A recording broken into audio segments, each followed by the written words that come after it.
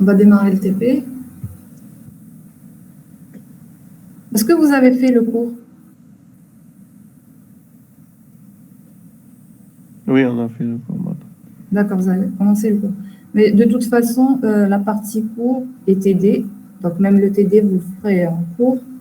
Et indépendante de la partie TP.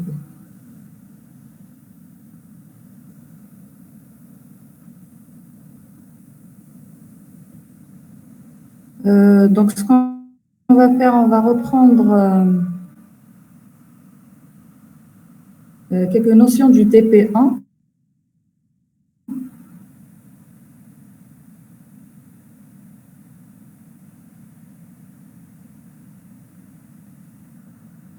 Avant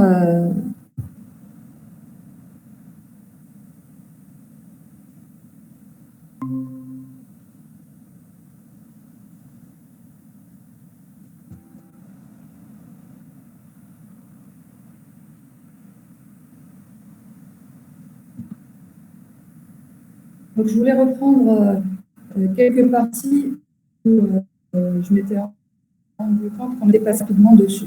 Donc, par exemple, quand on a vu les caractères, donc int of char ou bien char of int, donc on a dit il retourne le code ASCII en décimale. Donc, pour le code ASCII, donc vous les connaissez normalement. Donc, vous avez les entiers, les 0, 1, 1, 9. Vous avez les majuscules, les minuscules. Et en décimale, donc en code ASCII en décimale, les entiers, donc les caractères de 0 à 9 sont compris entre 48 et 57. Les majuscules, donc de 65 à 90, et les minuscules de 97 à 120.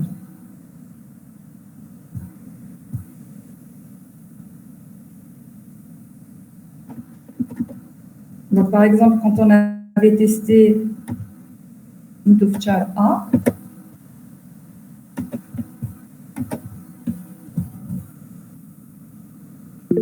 il nous retourne le code ASCII en décimale du caractère A, qui est 97.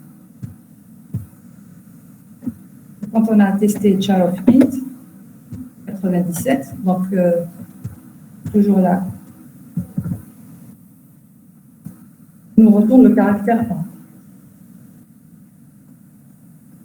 Si on prend 48 par exemple,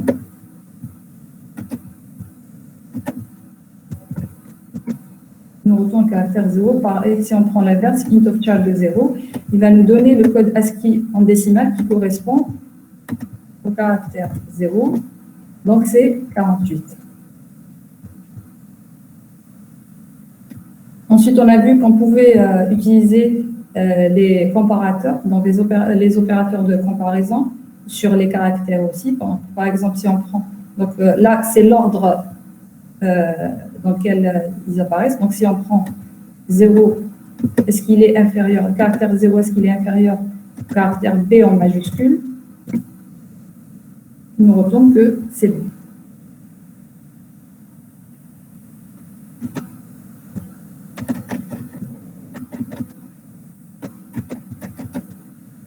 Alors, j'ai oublié de commencer à enregistrer.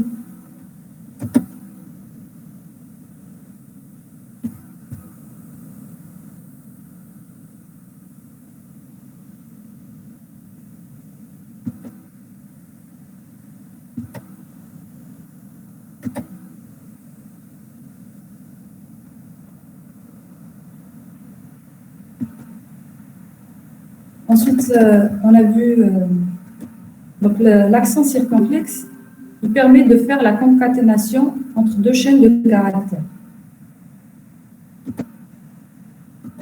Donc, si on a par exemple la chaîne K concaténée à rime,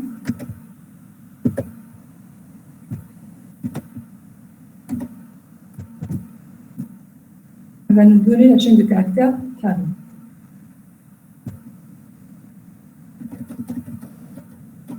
Ensuite, on a l'instruction, donc string of char. si vous lui donnez en entrée un caractère, elle va vous retourner une chaîne de caractères. Elle nous retourne ici une chaîne de caractères. Donc, je vous rappelle que le caractère, il est compris entre les deux cotes de l'accent grave et la chaîne de caractères entre donc, les deux cotes du numéro 3, du clavier. Ensuite, on a l'instruction CH. On a une chaîne de caractères. On lui donne un indice I. Donc, elle retourne le caractère d'indice I de la chaîne CH. Et on a les indices commencent à partir de 0. Donc, par exemple, ici, on a la chaîne de caractères Karim. Les indices commencent à partir de 0. Donc, K, il est à la position 0. A en 1. Donc, si on affiche Karim de 1, va nous donner le caractère qui est à la position 1, qui est donc le 1.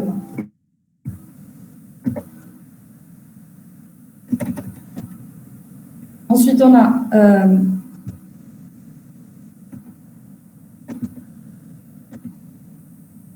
string length de CH qui retourne le nombre de caractères que contient une chaîne de caractères. Par exemple, si on prend, c'est des exemples qu'on a vus la dernière fois, je reprends juste rapidement dessus. Si on prend string length de Karim, on voit bien qu'il a 5 caractères. Ensuite, on a substring CHI. Donc, substring, elle retourne la chaîne commençant à partir du caractère d'indice I et ayant n caractères.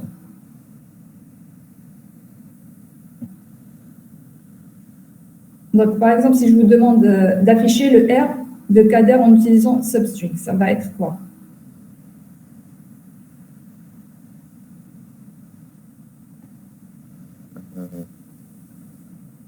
Substring, Kader.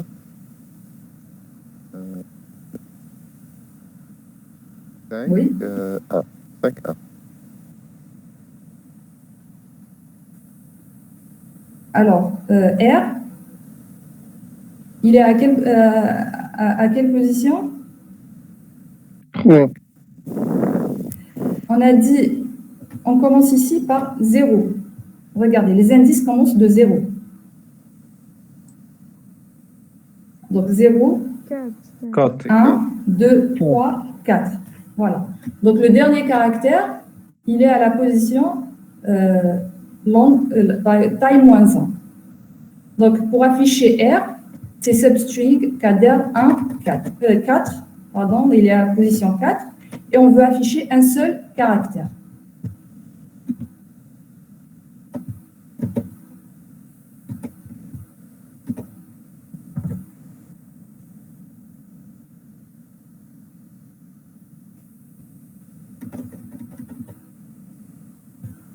Donc là, ce que je voulais mettre en évidence, donc le R ici de Kader, c'est le dernier caractère. Et Kader, donc la chaîne Kader, elle a 5 caractères. 1, 2, 3, 4, 5.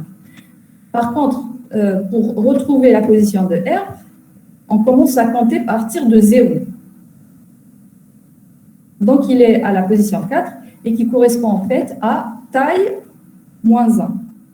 Taille qui est de 5 moins 1 pour avoir donc ici Kader, le R de Kader. Si on veut afficher la sous-chaîne KD,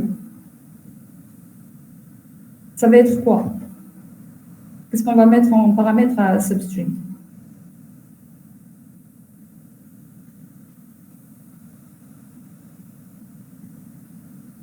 Vous pouvez répondre si vous voulez sur le chat.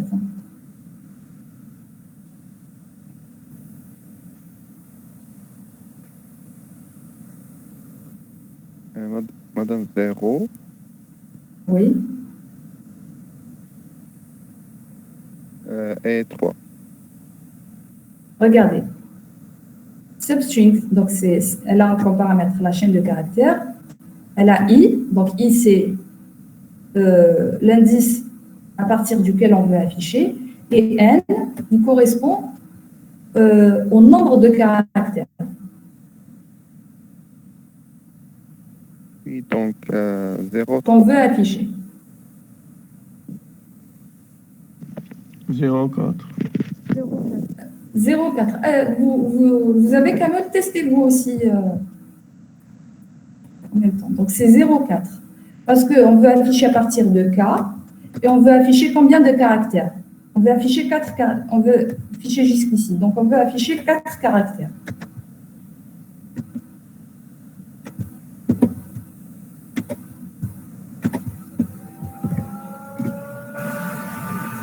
madame الكاركتر يبدأ بنحسبه لا. Oui, parce qu'en fait, vous affichez toute la chaîne. Ok. C'est bon, vous avez compris le principe de substring? Oui. Donc, vous commencez, donc vous donnez en paramètre, donc le i, c'est la position de votre caractère. Et pour avoir la position de votre caractère, il faut calculer à partir de 0. Donc, ici, les indices, ils commencent à partir de 0. Ensuite, vous donnez ici le nombre de caractères que vous voulez afficher. Donc, par exemple, si on veut afficher CAD, c'est à partir de 0 et on veut afficher 3 caractères. Voilà. Je modifie ici.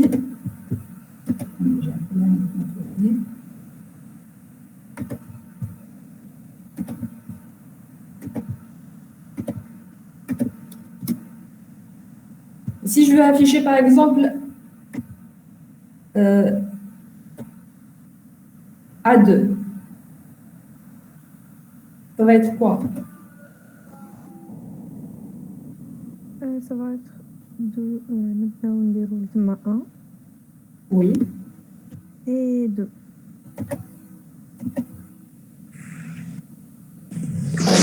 Alors, Non, c'est 1 et 2. 1 et 2, donc qu'est-ce que ça va vous afficher? AD. Uniquement AD. Ok. Voilà. Si je veux afficher ADER, donc pareil, on commence à partir de 1, parce que le A, il est à 1. Et on a combien de caractères? 1, 2, 3, 4.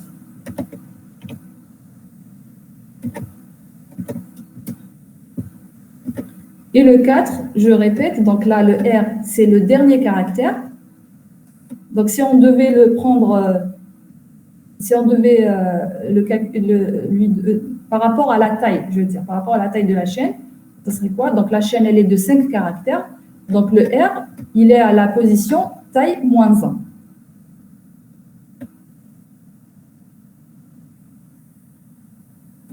Voilà, je voulais insister sur ces points parce qu'en fait, substring, vous allez le revoir après quand on va définir des fonctions.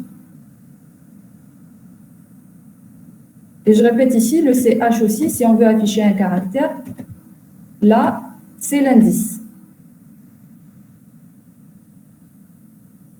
Uniquement. Donc, par exemple, ici, je reprends Karim.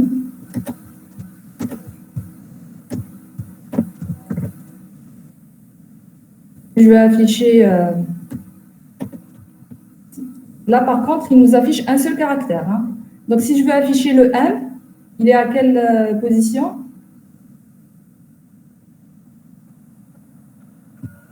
Quatre. Voilà. 80.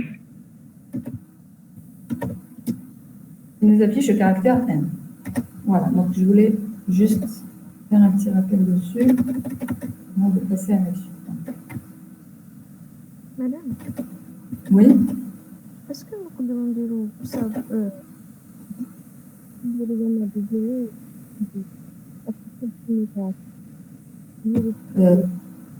Pardon, je n'entends rien du tout. Essayez de répéter la question, sinon vous pouvez l'écrire sur le chat. Est-ce qu'on peut utiliser substring Oui. de cadre 00 pour Allez-y, testez-le. Ouais, ça marche. Allez, ça ne marche pas parce qu'en fait, on donne le nombre de caractères qu'on veut afficher. Donc, si vous voulez afficher le K, donc c'est 0, 1. d'accord. Ouais. Ah oui, Le c'est 1 bon. يبدا من الآن ماشي من 0. Le cas, il est à la position 0. C'est bon. Donc, attendez, je reprends l'exemple que vous voulez afficher. Ah oui, c'est bon, direct 0,1, ça marche. Voilà. Parce que vous voulez afficher le cas. Il est à la position 0. D'accord. Et cas, c'est combien de caractères? C'est un seul. Mhm, mhm. Ah, donc la dernière case, c'est pour le nombre de caractères. Ah, j'ai cru Oui. que c'est l'indice, tu as la fin, tu as la chaîne, اللي أنا حابة نفيجيوها. La prochaine. Non, justement, voilà. C'est pour ça que j'ai voulu reprendre le substring parce qu'on peut avoir une confusion et se dire que ça correspond à la position du dernier caractère, alors que non. Donc là, le deuxième paramètre ici correspond au nombre de caractères qu'on veut afficher. Je reprends ici la définition de substring. Donc, vous avez retourne une sous-chaîne commençant à partir du caractère d'indice i et ayant n caractères.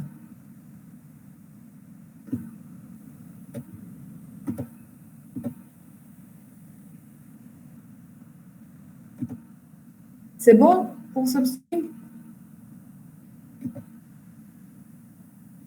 Oui, madame. Ok, donc si je prends par exemple ici substring bonjour 1 à 5, 1, 5, donc ça nous donne quoi?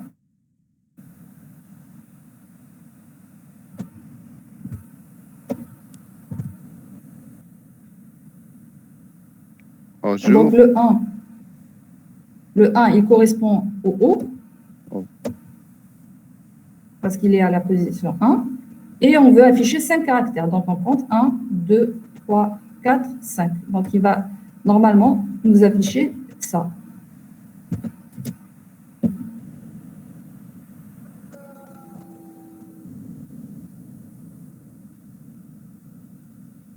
C'est bon? Oui, c'est bon. Ok, donc je passe ensuite à... Vous avez aussi la possibilité de concaténer des chaînes de caractères. Donc, par exemple, si je veux afficher ce substring de bonjour de 0 à 3. Pardon, donc à partir du caractère 0, et je veux afficher 3 caractères. Ensuite, je concatène ici avec un espace. Et je concatène ensuite avec jour. Attendez, je vous le copie sur le chat si vous voulez le tester.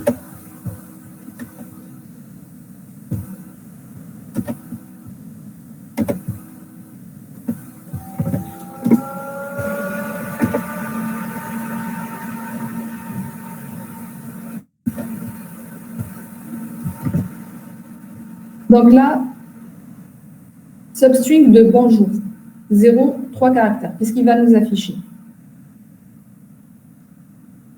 Bon. Bon. Bon, voilà. Ensuite, il concatène avec un espace et jour.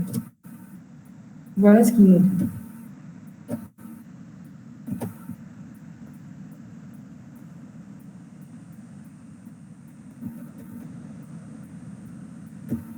Ensuite, dans le dernier tableau, on avait vu les tuples, on avait vu first, et on avait vu ces instructions prédéfinies dans Camel, first et second. First et second, ils s'appliquent uniquement au tuple pair.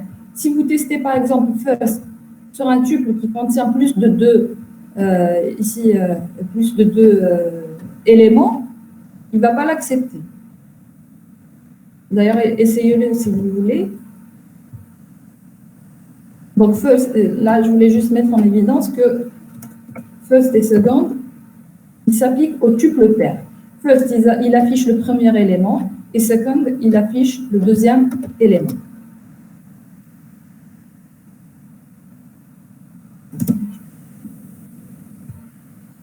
Dans P1 et P2, c'est Ah oui. des variables. Non, il faut les mettre. C'est pour ça qu'il ne les comprend pas. Comme on ne les a pas définis comme variables, il faut lui mettre que c'est soit des chaînes de caractères ou un caractère ou un milieu. Voilà. Par exemple, je peux mettre ici 2.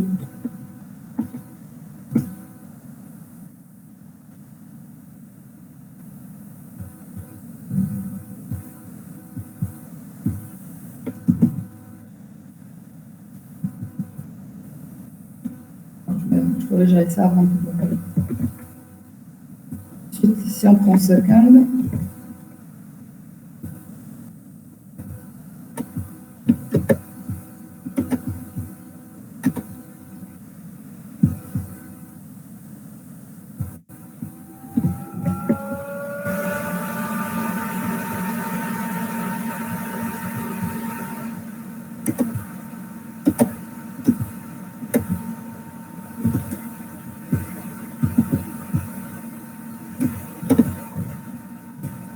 donc il nous affiche le deuxième élément, il nous dit qu'il est de type entier.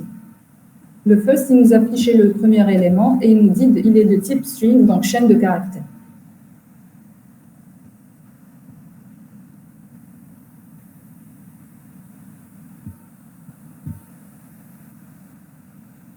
Alors.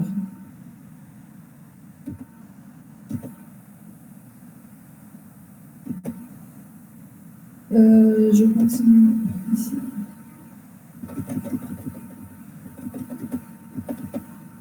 Ensuite aussi, dans Camel, il y a des fonctions prédéfinies. Donc, pour afficher une expression en Camel, les fonctions prédéfinies, on a la fonction printInt qui permet d'afficher un entier, printFloat qui permet d'afficher un réel, printChar qui permet d'afficher un caractère et printString qui permet d'afficher une chaîne de caractères.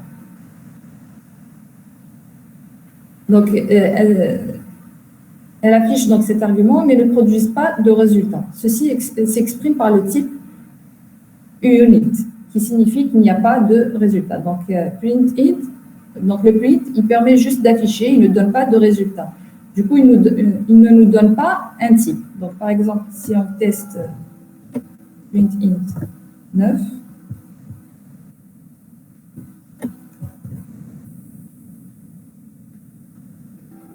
il affiche 9, mais il ne nous dit pas que c'est un entier.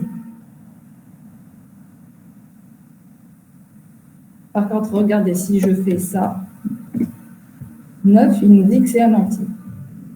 Donc, le print, il ne donne pas de résultat. Je les copie.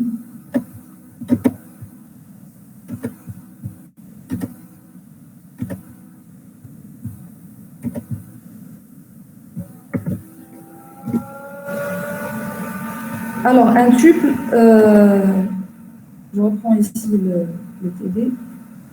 Regardez, ça, c'est des tuples. Donc là, c'est un tuple qui contient 2 éléments. Là, c'est un tuple qui contient 3 éléments. Et le tuple, il peut contenir des éléments de type différents.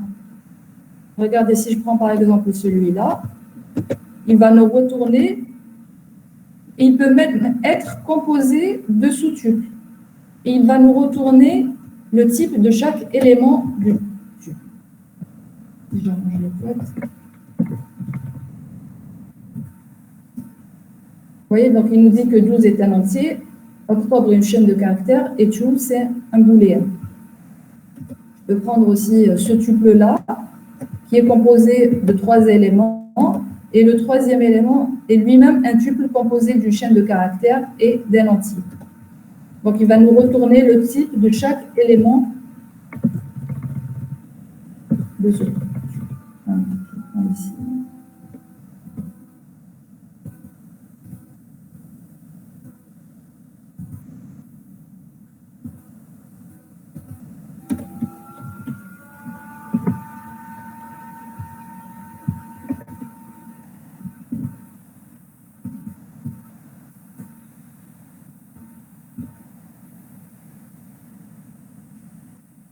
Vous voyez, donc il nous retourne le type, donc il nous dit que coucou c'est une chaîne, 3.1 c'est un réel, le A c'est un caractère et le 2 c'est un entier.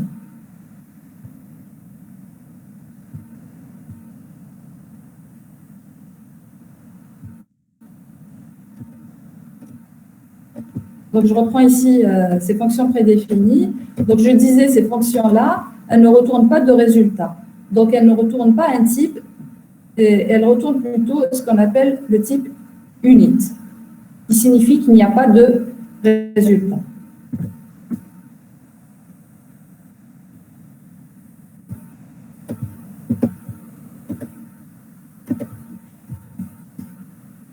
Vous voyez, donc il nous dit que 9.1, il nous retourne, il nous affiche 9.1, il nous dit que c'est unit. Par contre, si on fait ça, on a 9.1 qui est un réel. 9.2, pardon, qui est un. Je passe. Ça veut dire point unit, madame.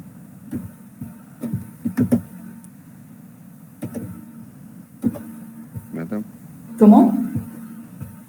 c'est quoi unit? Ça veut dire point unit. Je reprends ici. Donc, on vous dit ces fonctions, donc print, int, print float et print char et print string, prennent un entier ou un réel ou un caractère ou une chaîne de caractères et affichent cet argument, mais ne produisent pas de résultat.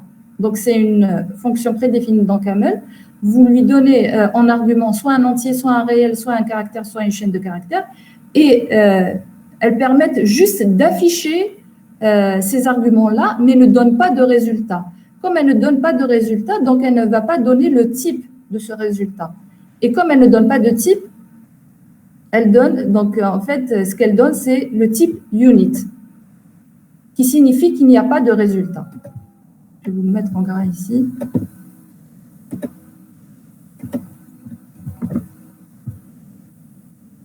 Vous voyez la différence, par exemple, si vous mettez print char, c'est un peu comme le printf donc si vous mettez print char, il vous affiche uniquement le résultat que c'est A. Et comme, il vous affiche uniquement A, comme il n'affiche pas un résultat. Il dit qu'il lui donne un type unit.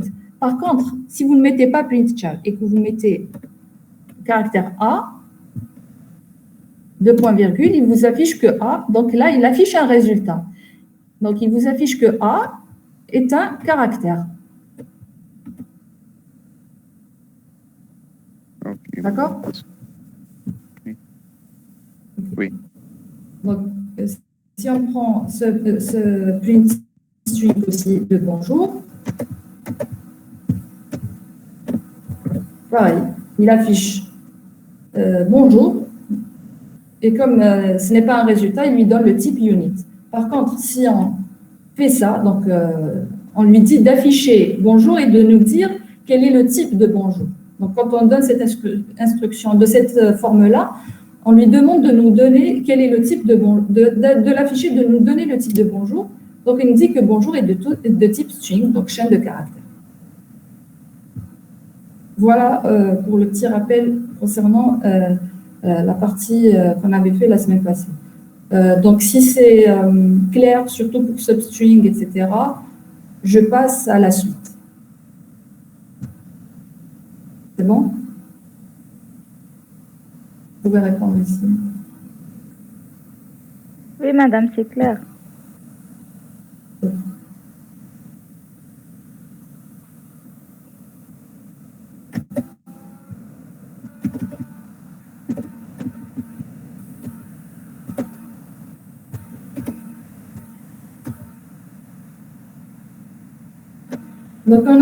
Donc là, on va passer à la déclaration de variable.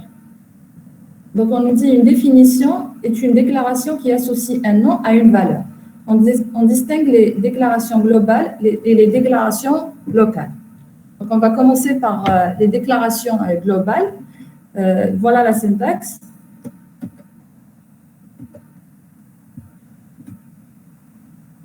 Donc, on utilise l'instruction let pour lui dire que on donne à ce nom cette expression. Donc, let nom égale expression. Où nom représente l'identificateur et expression, c'est l'expression qui lui est associée. Donc, par exemple, si on lui dit let x égale à 5, ça veut dire que x va recevoir 5. Si on veut afficher x, il nous affiche que x est un entier et qu'il est égal à 5. Par contre, donc, camel est cas sensitive. Donc, les noms en minuscules ne sont pas les mêmes que les noms en majuscules. Donc, si vous prenez ici si on lui dit d'afficher X majuscule, il va nous dire que l'identificateur n'est pas défini. Donc, il fait la différence entre la minuscule et la majuscule. Donc là, la variable, on l'a définie avec un X minuscule. Comme on lui a donné X en majuscule, il nous dit que l'identificateur n'est pas défini. Donc ensuite, ici, si on prend cette instruction, X plus 2.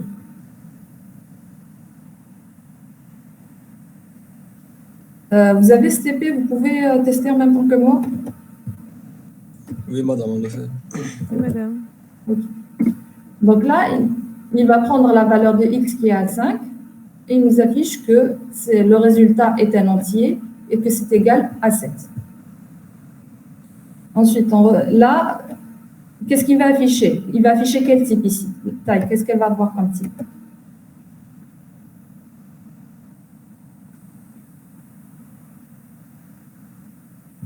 Float. Float. Parce que le 2, ici, on lui a ajouté un point, point 0. Si on affiche taille,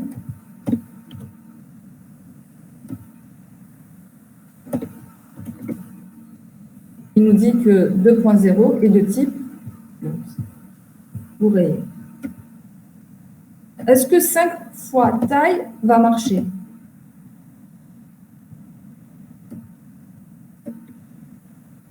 Avant de la tester, quand vous la voyez comme ça, est-ce qu'elle va marcher?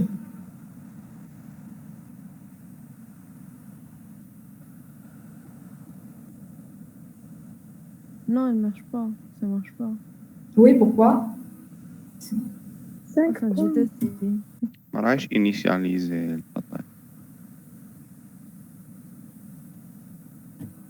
Non, je vous rappelle ce qu'on a fait en TP1. Le 5 de type Ah, 1. d'accord.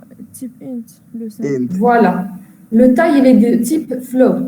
Et, attendez. Et pour exprimer les opérateurs dans le cas de type float, on doit ajouter un point. Donc, par exemple, le plus, on lui ajoute un point. Si on déclare, si on veut l'additionner à 5, le 5, on doit aussi lui ajouter un point. Donc, c'est pour ça qu'il vous dit qu'ils ne sont pas du même type. Donc là, on va devoir le prendre comme ça, qu'il l'accepte.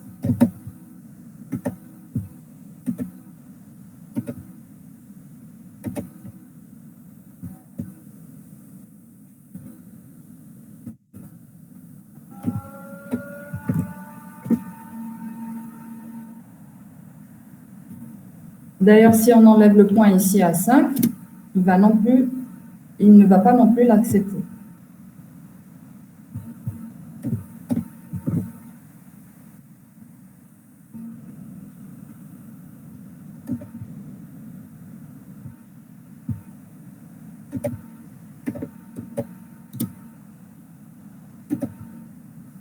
Je continue. Ensuite, on a let pi égale à 3.14, etc.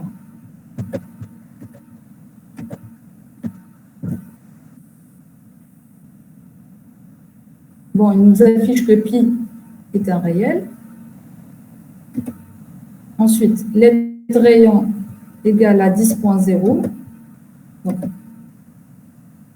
il va nous afficher aussi que rayon est un réel. Ensuite, on lui demande de calculer pi fois rayon fois rayon. Donc là, vous voyez que l'opérateur de multiplication, on lui a ajouté un point, comme on est en train de manipuler des réels. Donc, il nous donne le résultat, que c'est un réel, et il nous donne le résultat de la multiplication. Ensuite, let circonférence est égale à 2.0 fois pi fois rayon. Est-ce que ça marche?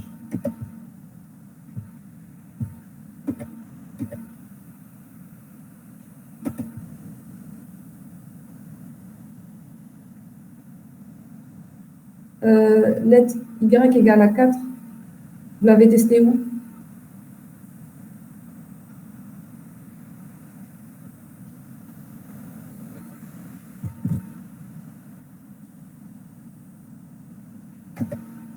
Vous l'avez juste testé comme ça?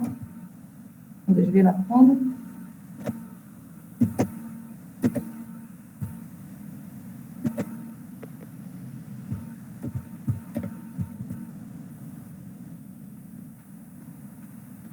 Elle marche? Pourquoi elle ne marche pas?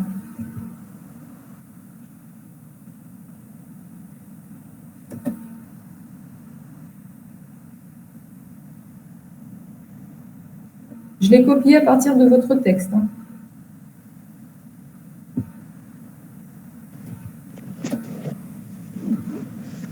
C'est bon? Bon. Je reprends l'aide circonférence égale à 2.0 fois pi fois rayon. Est-ce qu'elle marche? Est-ce qu'elle va marcher? Normalement, oui. Allez-y, testez-la. Non, madame. Et pourquoi ça ne marche pas? Parce que gaffe là. Oui, donc normalement, ça devrait marcher. Quel est le problème ici, à votre avis? Le point, madame. Mais il n'y a pas de problème avec le point. Regardez, on a pi, c'est un réel. On a ajouté un point au produit. Et rayon, c'est un réel. Donc, à votre avis, et on a un point, donc 2.0, c'est un réel aussi. Donc, à votre avis, quel est le problème? Regardez, on vous dit l'identificateur pi n'est pas défini. Donc, le problème n'est pas ce n'est pas un problème de type. Pi est constant? Non, en fait, c'est tout simple. Parce que quand on a défini pi, on dit camel est case sensitive. Donc, le pi, on l'a défini avec un p minuscule. Et rayon, regardez, rayon, on l'a défini avec un r minuscule. C'est juste ça le problème. Vous voyez?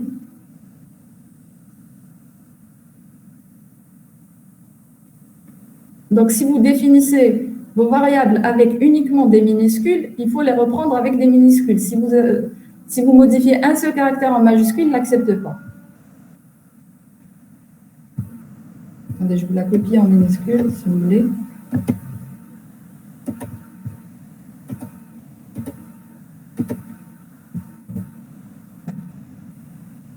Ensuite, c'est bon? Je passe.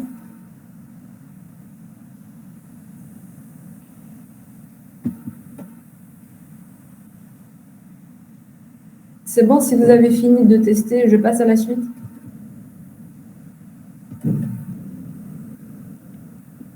Madame, Oui. il faut dérouler parenthèses. D'accord.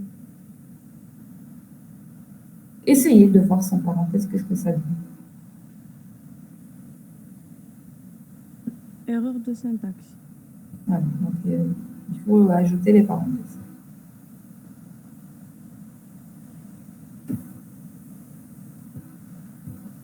Parce qu'on associe à circonférence tout ça.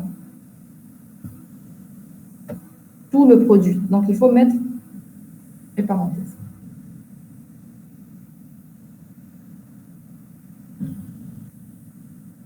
Donc, ensuite, on passe à la déclaration globale simultanée. Donc, si on veut déclarer plusieurs variables à la suite, on utilise le AND. Donc, let non 1 reçoit expression 1, AND non 2 reçoit expression 2, AND non 3 reçoit expression non n reçoit expression n. Donc, si on met, par exemple, let A égale à 3, AND B égale à 2, donc on déclare deux variables, A et B, qui reçoivent chacune 3 et 2. Donc, il nous dit que le A est un entier, il reçoit 3, et le B est un entier, il reçoit 2. Donc, maintenant, si je prends A plus B,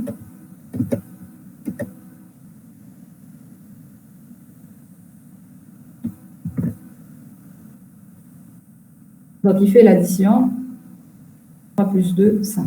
Et il nous dit que le résultat est de type entier.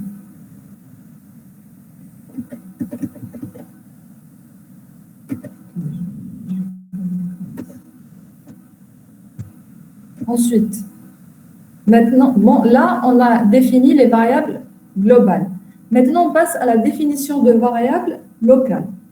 Donc, la syntaxe, c'est let non égale à expression in, on ajoute le in, expression 2.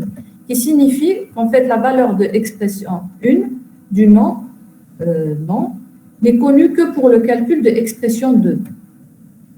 Donc, en fait, cette valeur-là, elle va être utilisée uniquement dans le calcul de expression 2. Donc, on va le voir mieux dans les exemples.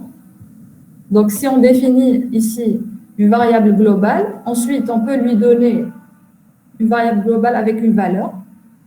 On peut lui donner dans une déclaration locale une autre valeur, et cette valeur-là va être utilisée uniquement là. Et la nouvelle valeur ne va pas écraser la valeur qu'on a déclarée dans la variable globale. Donc, je m'explique, vous allez le voir mieux en exemple. Donc, ici, on va réafficher x. Voilà. Donc, x, on a déclaré que c'est un entier, il est égal à 5. Si on prend ici let x égale à 2 in x fois x.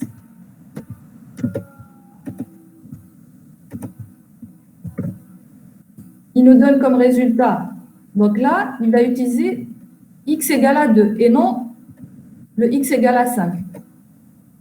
Et il va utiliser uniquement dans le calcul de cette expression. Donc, il va faire 2 fois 2 égale à 4. Maintenant, si vous réaffichez x, le x est toujours égal à 5.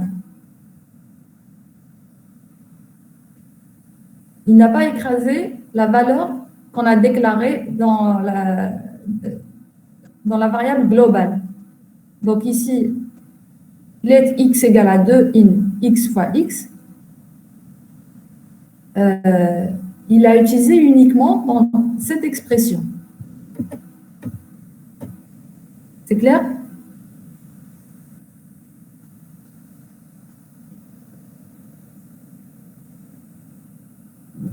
Vous l'avez testé? Oui, madame. Donc, vous voyez la différence entre variable globale et utilisation d'une variable de manière locale.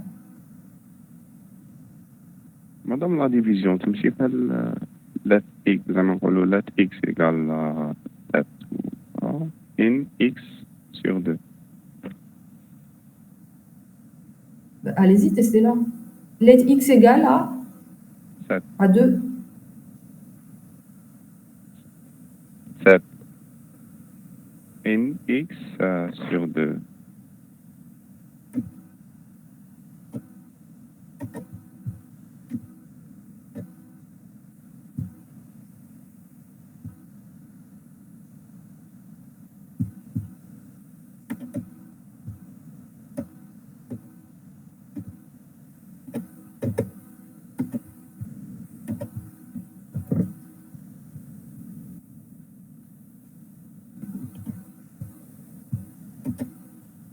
Ça affiche 3.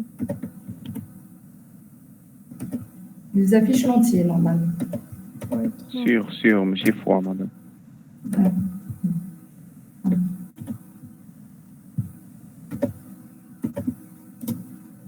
Ils affichent 3. Et si on reprend x, il est toujours égal à 5. Parce que la valeur de x égale à 7, on l'a utilisée uniquement pour le calcul de cette expression. On n'a pas écrasé sa valeur en lui donnant cette nouvelle valeur 7. Donc, on lui précise que x est égal à 7 uniquement, donc in, x égale x sur 2. Du coup, il n'a pas écrasé l'ancienne valeur qui a été déclarée de manière globale de x qui est toujours égal à 5. D'accord. Ensuite, on a let y égale à 3 in x plus y.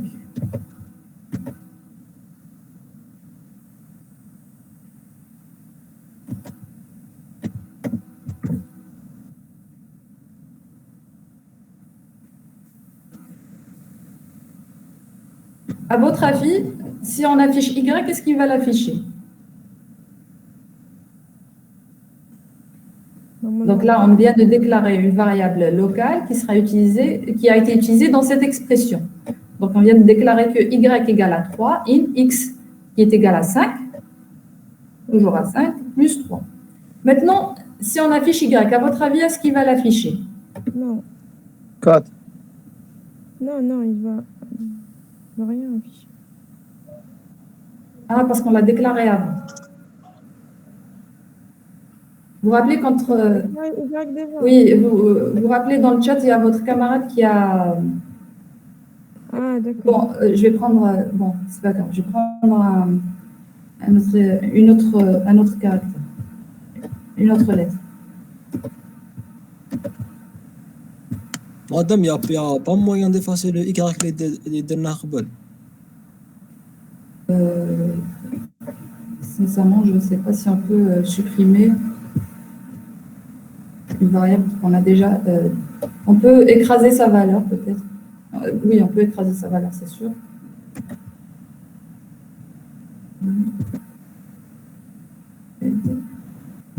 J'affiche.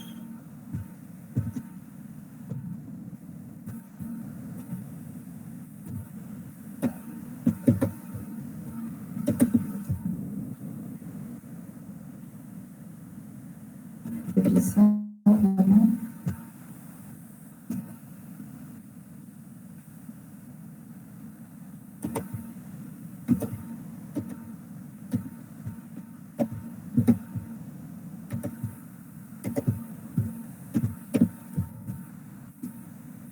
Bon, donc là, on reprend, let z reçoit 3 in x plus z. Donc x, c'est qu'on a déclaré en variable globale, donc c'est égal à 5. Il nous donne comme résultat 8. Maintenant, si on affiche z, est-ce qu'il va l'afficher? Non. Il ne l'affiche pas. Pourquoi? Parce qu'il n'est pas défini déjà. Voilà, on ne l'a pas déclaré en tant que variable globale. Ici, on le déclare en tant que variable locale et il sera utilisé uniquement dans cette expression. Mais après, on ne l'a pas déclaré de manière globale pour qu'il puisse être utilisé. Par contre, le y, comme on l'avait défini avant, on avait mis let y égale à 4, et ben, il nous l'a affiché. Par contre, vous voyez, d'ailleurs, c'est la monnaie ici, il n'a pas pris l'ancienne valeur de y qui était à 4, mais il a utilisé la valeur de la variable locale 3, et donc il a mis 3, y égale à 3, plus x égale à 5 dans la variable globale. Il nous donne comme résultat 8.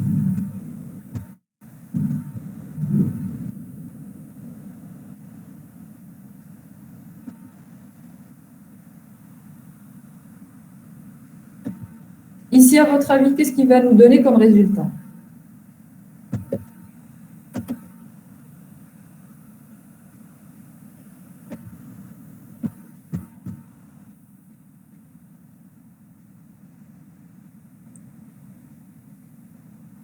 Avant d'exécuter. 6.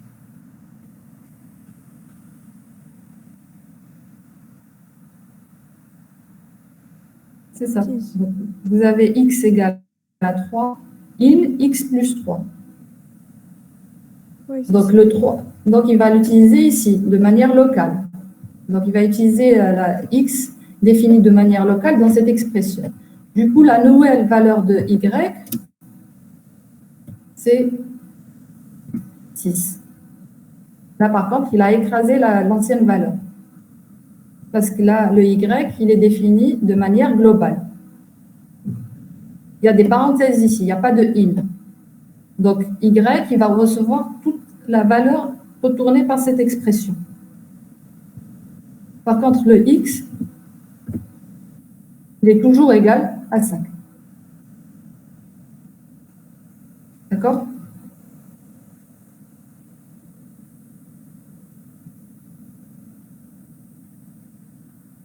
C'est clair? Oui, voilà. Ouais. Ok. Donc, vous voyez, vous arrivez à voir la différence entre variable globale et variable locale. Ensuite,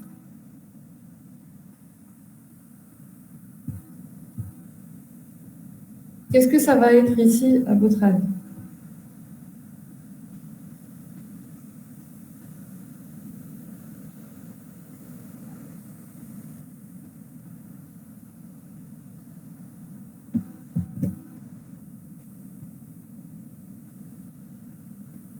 Y, c'est un entier égal à 6. En fait, c'est 6 plus 3, donc c'est 9. Pourquoi 6? Non, non, là, vous avez lettre x égale à 3, donc là, le x, ça va être 3. Donc c'est 6. Par contre, regardez, quand j'exécute ça, c'est en fait un test qu'il fait. Il ne calcule pas. Parce qu'en fait, il lui dit lettre x égale à 3. Dans cette expression, qu'est-ce qu'elle fait? Elle vérifie juste que y, est-ce qu'il est égal à x plus 3?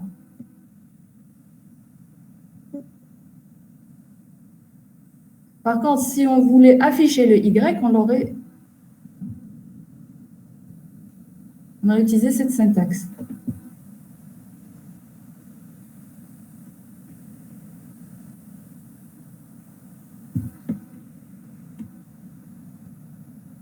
Bon, je remets à 3, j'avais mis...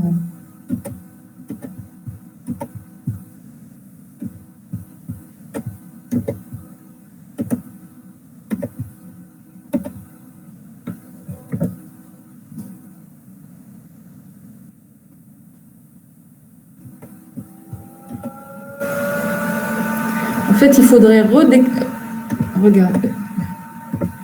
Donc, pour afficher le y, donc c'est let x égale à 3 in let y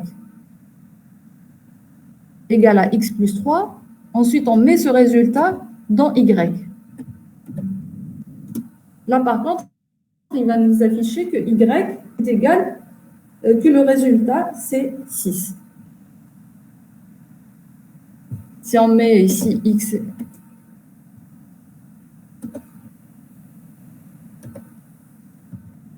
égale à 4 pour bien voir notifier le résultat. Donc là, c'est 7. Si on affiche y,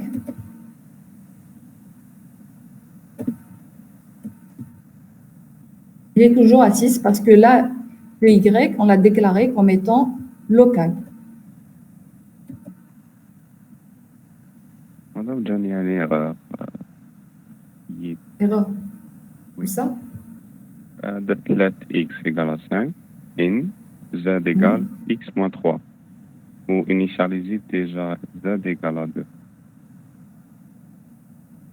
Il vous dit false. Allez, unbound value. Copiez sur le chat ce que vous avez déclaré avant et après.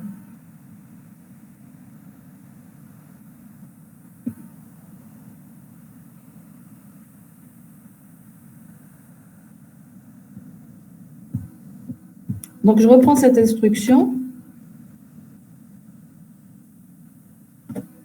Par exemple, si on avait mis, en attendant que vous nous donniez ce que vous voulez tester, si on avait mis let x égale à 3 in, non, ça c'est l'instruction qu'on a.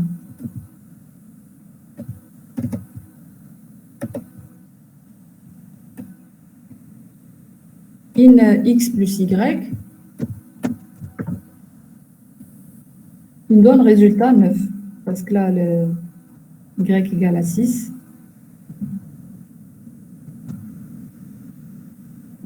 Je rebascule sur... Attends, donc... Là, c'est l'instruction qu'on nous a donnée. Vous êtes avec moi, là? Sur le fichier Word? Oui. Ok. Donc là, c'est l'instruction qu'on nous a donnée. On nous dit let x égale à 3 in y égale x plus 3. Donc là, c'est juste un test. Parce qu'on n'a pas mis... donc du coup, il va nous retourner un booléen. Il va juste tester est-ce que y est bien égal à x plus 3. Par contre, si on enlève ce y, si on enlève ça, Du coup, on va avoir cette expression. Let x égale à 3 in x plus y. Là, par contre, il va nous donner un résultat. Il va nous donner le résultat de x plus y. Et si on veut afficher le y, donc là, parce que en fait, quand on voit ça, ça prête à confusion. On se dit qu'on va plutôt afficher y. La syntaxe qui permet d'afficher le y, parce que là, c'est un test, mais la syntaxe qui permet en fait d'afficher ce y, c'est d'ajouter ça.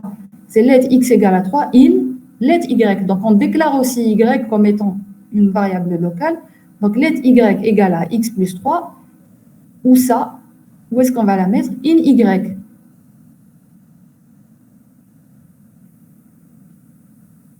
Donc, vous voyez la différence? Donc là, c'est un test. Là, il affiche le x plus y. Et là, il nous affiche le y qui est égal à x plus 3. Je reprends ici, j'affiche le y, il est égal à 6. Je reprends le x, qui est toujours égal à 5. Donc, je reprends le test. Là, c'est un booléen. Donc, il teste juste s'ils sont égaux. Par exemple, si je mets là 4, il nous dit que c'est false parce que y va recevoir 4, il va comparer y qui est égal à 6 avec x plus 3, donc 4 plus 3, c'est 7, donc c'est faux. Je réaffiche y, il est toujours à 6, et x, il est toujours à 5. Donc, si je reprends par contre cette syntaxe, si j'enlève y égale à x, qu'est-ce qu'il nous fait?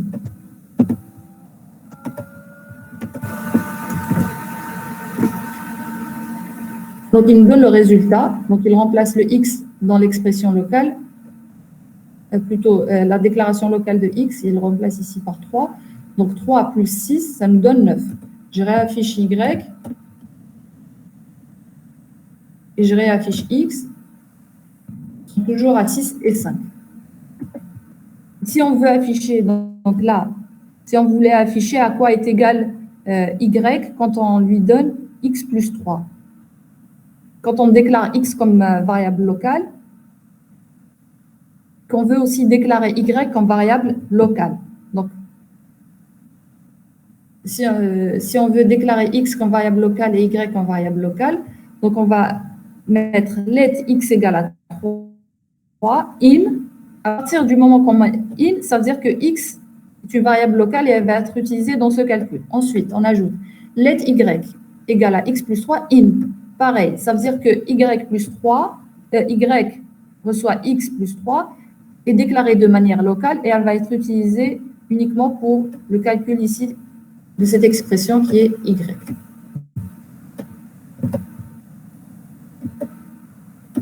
Je vais modifier ici le x pour bien voir la différence.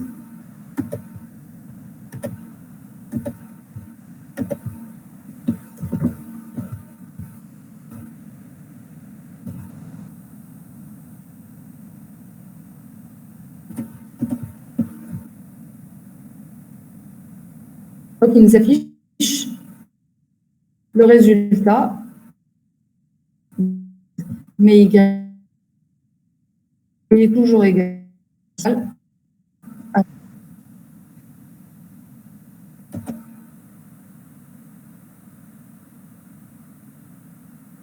Alors, let égale à...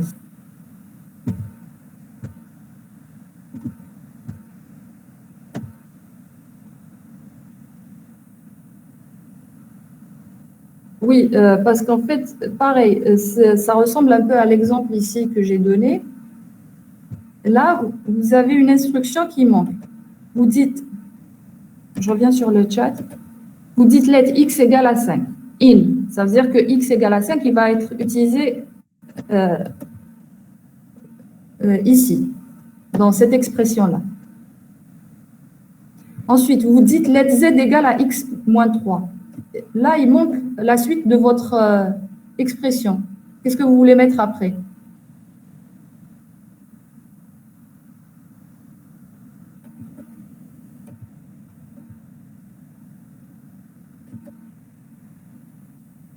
Oui, si vous voulez, vous pouvez faire ça.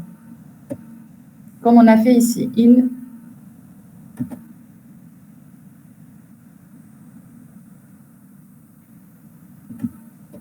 Bon, je vais prendre, attendez. Hein.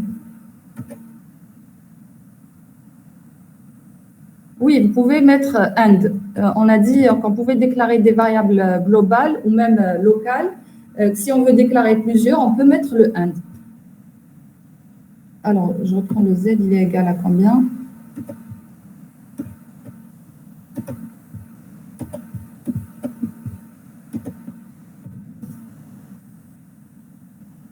Bon, on n'a pas défini de z, c'est pas grave.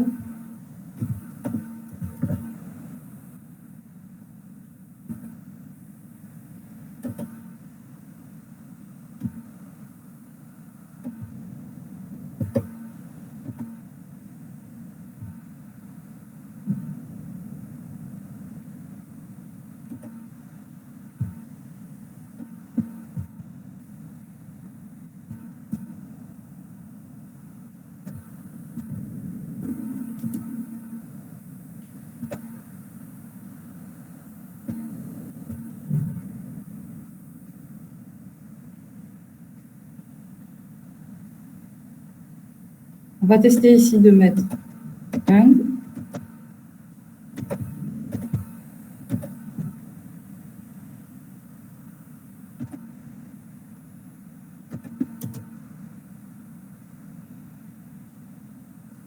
On va afficher le z.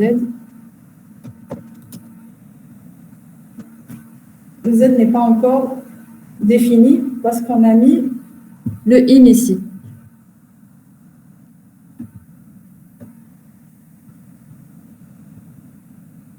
Donc, il est toujours défini en variable locale.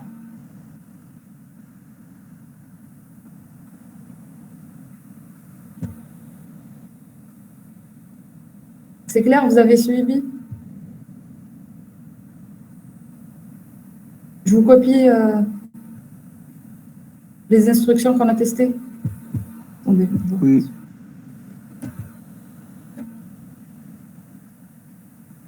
Attendez, je vous copie ce qu'on a testé.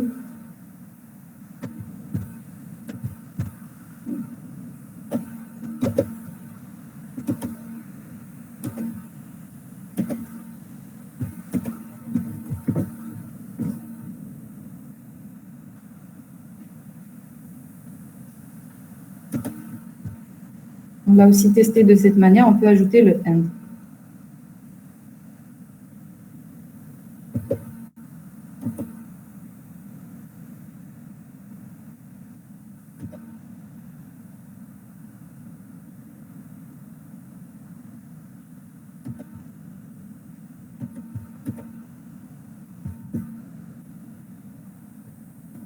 Ici aussi, on aurait pu utiliser, comme votre camarade l'a proposé, le and.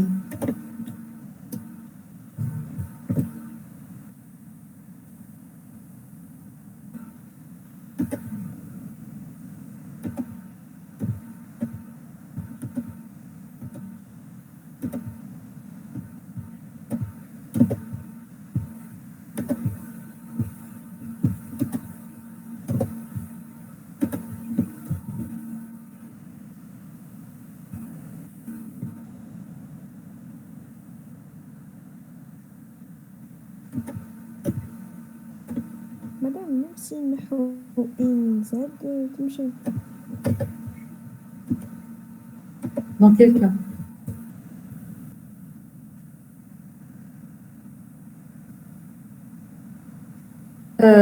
L'instruction que nous a donnée votre camarade au début, il n'avait pas mis le in z. C'est pour ça que ça ne marchait pas.